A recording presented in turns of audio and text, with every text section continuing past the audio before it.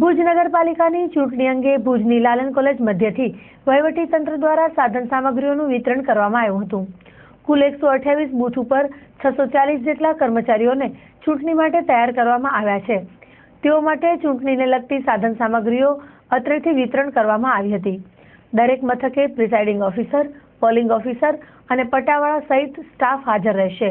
ઉપરાંત યોગ્ય પોલીસ બંદોબસ્ત પણ ગોઠવવામાં આવેલ છે તેવું જણાવતા શ્રી ડીસી જોશીએ ચંચળ ન્યૂઝ સાથે વાત કરી હતી।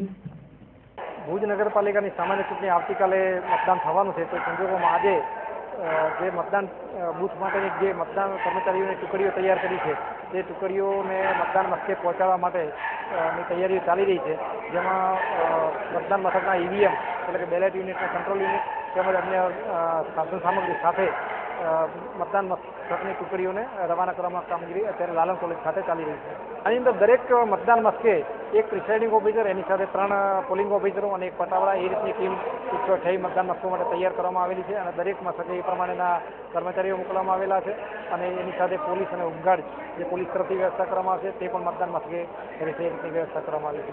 ત્યારે 128 બૂથ આપણે ભુજ નગરપાલિકા માટે 128 બૂથ તૈયાર કરવામાં આવ્યા છે અને 128 બૂથ ઉપર દરેક બૂથ ઉપર 5 લેખે એટલે લગભગ 650 જેવા કર્મચારીઓ ભુજ નગરપાલિકાની ચૂંટણીમાં આવતીકાલે મતદાન માટે જોડાશે।